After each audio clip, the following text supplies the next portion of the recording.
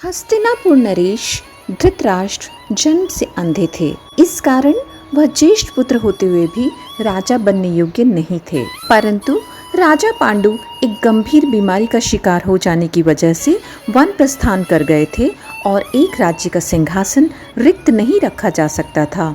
इसलिए धृतराष्ट्र को पांडु का प्रतिनिधि राजा बनाया गया था। एक बार राजसुख का स्वाद चख लेने वाले धृतराष्ट्र चाहते थे कि उनके बाद हस्तिनापुर का राजा उनका पुत्र दुर्योधन बने।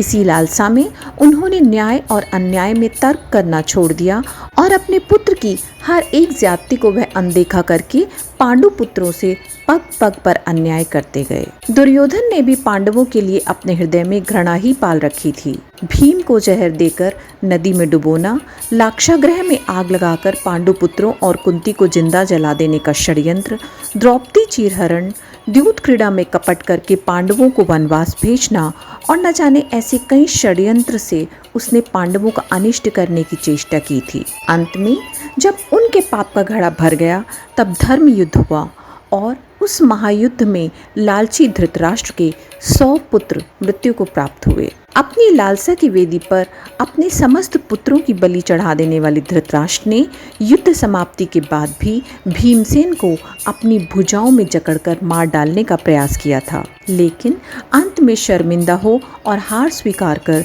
धृतराष्ट्र पत्नी सहित वन चले जाते हैं। ये कहा जाता है लालच बुरी बला है, इसे करने वाले का अंत भी धृतराष्ट्र जैसा ही होता है, परास्त और अपमानित।